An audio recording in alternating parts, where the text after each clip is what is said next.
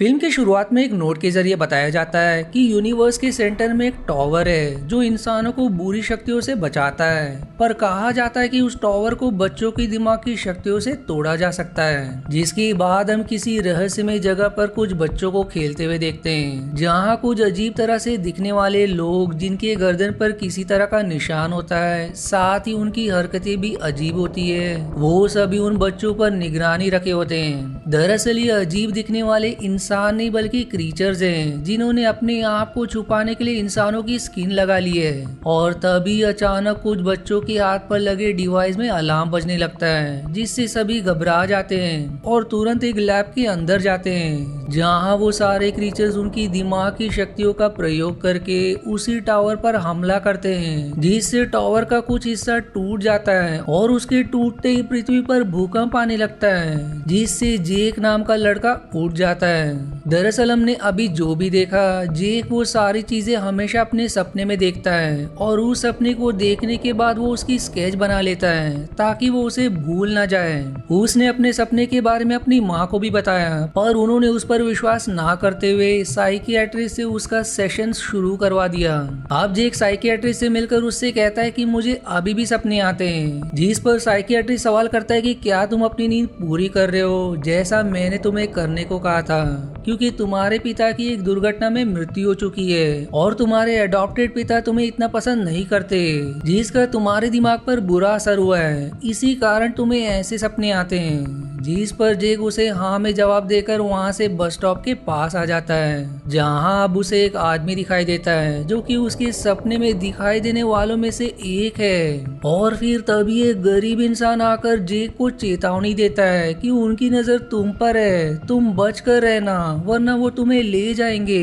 जिस बात पर डर के मारे वो बस में सवार होकर तुरंत अपने घर लौट जाता है। अब रात को जब वो सो रहा होता है तो उसे फिर से एक सपना आता है, जिसमें अब उसे रोनाल्ड नाम का आदमी अपने पिता के साथ जंगल में किसी पर निशाना साधे हुए दिखाई देता है। और फिर तभी अचानक उसके पिता अपना दम तोड़ देते हैं, जो देखकर रोनाल्ड दुखी हो जाता है। और अब वहाँ वॉल्टर नाम का आदमी आ जाता है, जिसके पास अनंत शक्तियाँ होती है। वो रोनाल्ड से कहता है कि मैं जानता हूँ कि तुम पर शक्तियों का कोई असर नहीं होता, लेकिन एक दिन मैं तुम्हें भी देख लूंगा। जो इतना कहकर वहाँ से जाने लगता है, जिस पर फिर रोनाल्ड उसे शूट कर देता है, लेकिन वो गोली को अपने हाथ से ही पकड़ लेता है। जिसके बाद जेक को सपने में एक घर दिखाई देता है, जिसके देखते उसकी आँख खुल जाती है। इसलिए वो जागने के बाद तुरंत उस घर का स्केच बनाकर इंटरनेट पर डाल देता है, ताकि किसी को उस जगह के बारे में पता हो या वो जगह कहाँ है तो वो उसे इसका एड्रेस भेज सके।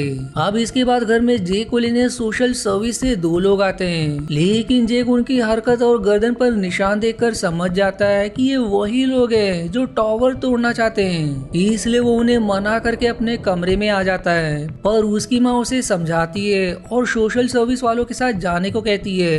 पर तभी जेक को उसकी पोस्ट पर किसी का रिप्लाई दिखाई देता है, जिसमें उस घर का एड्रेस होता है। इसलिए वो बहाना करके बाथरूम में आकर वहाँ की खिड़की से बाहर निकल जाता है, ताकि वो उन दोनों से बचकर उस एड्रेस पर पहुँच सके। लेकिन फिर भी इसकी भनक सोशल सर्विस वालों को लग जाती है, इसलिए वो दोनों अब उसके पीछे पड़ जाते हैं। लेकिन जैसे तैसे जेक उनसे बचकर उस घर तक पहुंच जाता है, जो कि काफी वीरान होता है। वहीं उसे एक डिवाइस भी दिखाई देता है, जिसमें जहां उसे जाना है वहां का कोड लिखना होगा।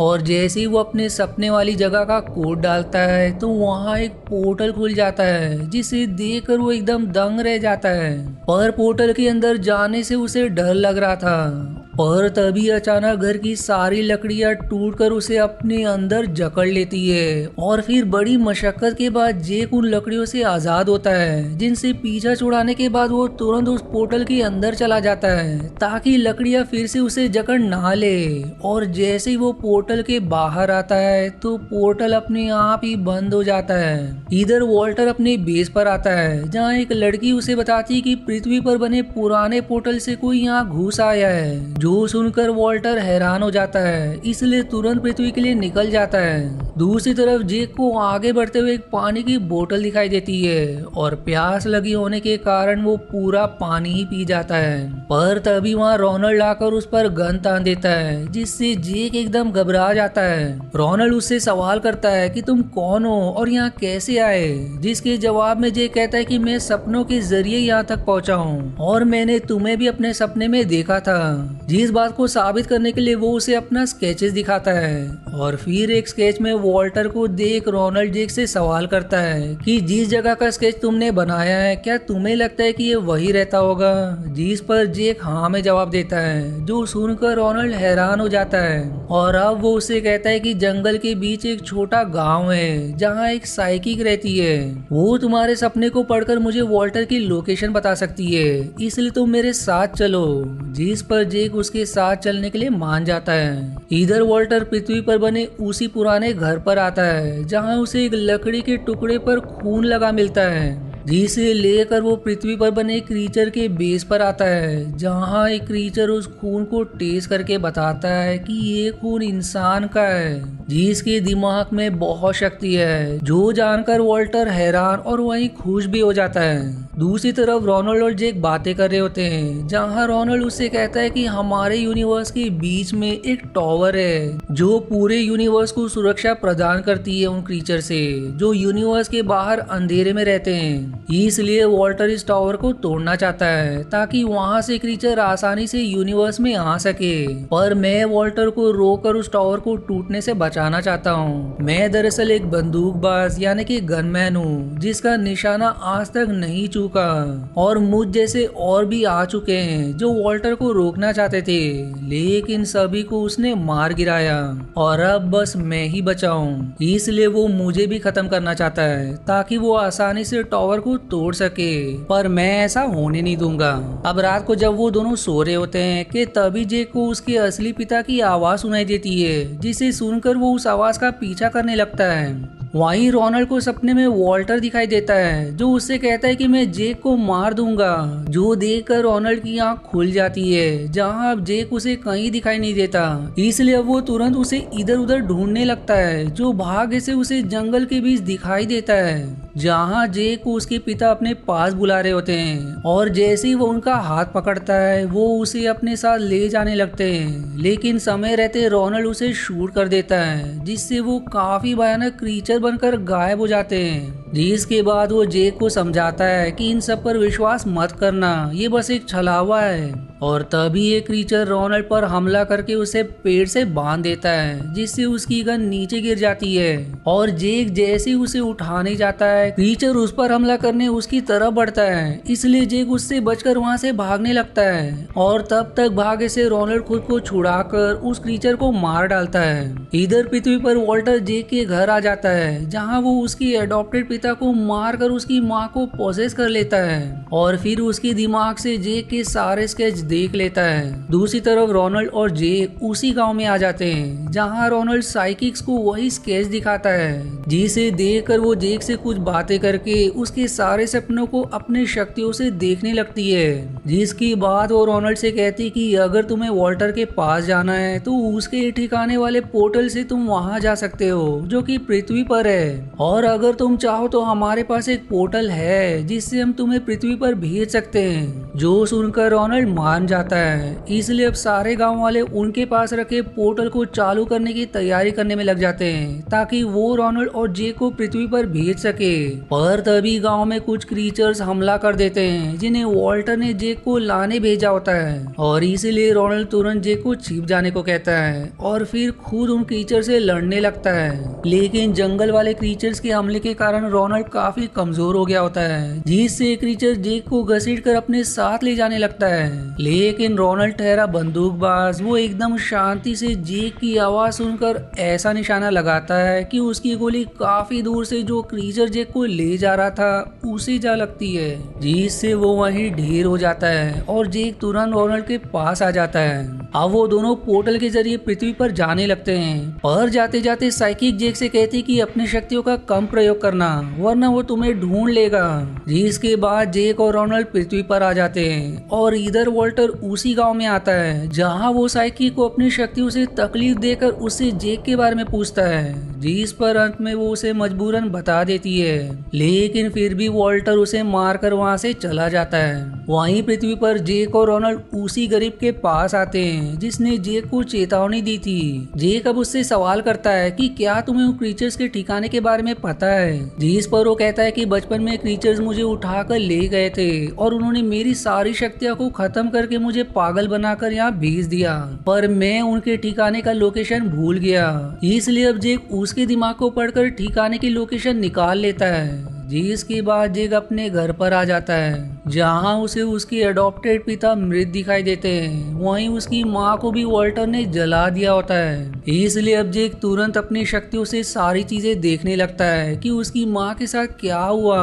जो खौफनाक सीन देखकर वो एकदम भावुक हो जाता है। इसलिए रोनाल्ड उसे संभालते हुए कहता है कि अपनी शक्तियों का प्रयोग मत करो वरना वो तुम्हें ढूंढ लेगा। मैं तुमसे वादा करता हूँ कि वॉल्टर को मारकर तुम्हारी माँ और मेरे पिता का बदला जरूर लूंगा। जिसके बाद वो दोनों गन की दुकान पर गोलियां लेने आते हैं, पर जैसे ही जेक दुकान के बाहर आता है दुकान के अंदर वॉल्टर आकर गेट बंद कर देता है। रोनाल्ड अब जेक को वहां से भाग जाने को कहता है, लेकिन बाकी क्रीचर्स उसके पीछे पड़ जाते हैं और उसे वैन में डालकर अपने साथ ले जाते हैं। इधर रोनाल्ड पीछे के रास्ते से दुकान के बाहर आता है, लेकिन वहां जेक को ना पाकर वो उनके बेस के लिए निकल जाता है। वहीं क्रीचर्स जेक को पृथ्वी पर बने क्रीचर के ठिकाने पर ले आते हैं और इधर रोनाल्ड भी उसी बेस पर पहुंच जाता है और अब वो सारे क्रीचर्स को एक एक करके मार गिराकर आगे बढ़ने लगता है। लेकिन तब तक वॉल्टर जेक को लेकर अपने बेस पर आ जाता है और फिर उसे कुर्सी पर बिठाकर उसकी शक्तियां से टावर को तोड़ने लगता है। इधर रोनाल्ड उन क्रीचर को काफी जबरदस्त एक्शन के साथ मार रहा होता है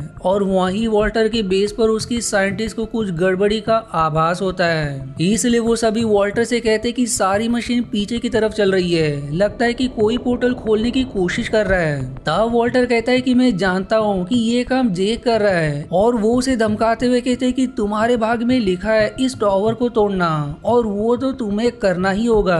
रही बात रोनाल्ड की, तो मैं अभी उसे सबक सिखा कर आता हूँ। और तभी पोर्टल खुलने भी लगता है। इसलिए वॉल्टर पृथ्वी पर रोनाल्ड से लड़ने जाता है जहाँ रोनाल्ड उसकी तरफ गोलियां बरसाने लगता है, लेकिन वॉल्टर कुछ पत्थरों को नियंत्रित करके गोलियां से बचते जाता है और फिर उन पत्थरों को रोनाल्ड की तरफ फेंक देता है, पर रोनाल्ड उससे कैसे तो बच जाता है। जिसके बाद वो तुरंत छत पर गोलियां चला देता है जिससे कांच वॉल्टर के ऊपर गिरने लगते हैं, लेकिन वो उसे भी नियंत्रित करके रोनाल्ड की तरफ फेंक देता है, जिससे आखिर में एक कांच का टुकड़ा उसके हाथ में घुस जाता है। रोनाल्ड अब उस टुकड़े को निकालकर फिर से वॉल्टर पर गोलियां चलाता है, लेकिन इस बार भी वॉल्टर गोलियों को हाथ से पकड़कर रोनाल्ड की तरफ फेंक देता है, जिससे एक गोली उसे लग जाती है और फिर वॉल्टर उसके ऊपर पिलर गिराकर उसे धाराशायी कर देता है। और जब वो उसे जलाने उसकी तरफ बढ़ रहा होता है तब जेक अपनी शक्तियों के जरिए रोनाल्ड को हिम्मत देता है, जिस हिम्मत की मदद से रोनाल्ड पहले एक गोली चलाता है और जैसे ही वॉल्टर उसे रोकने वाला होता है रोनाल्ड दूसरी गोली चला देता है, जो उस गोली से टकराकर सीधे गोली वॉल्टर के दिल में लग जाती है, जिससे वो कमजोर हो जाता है।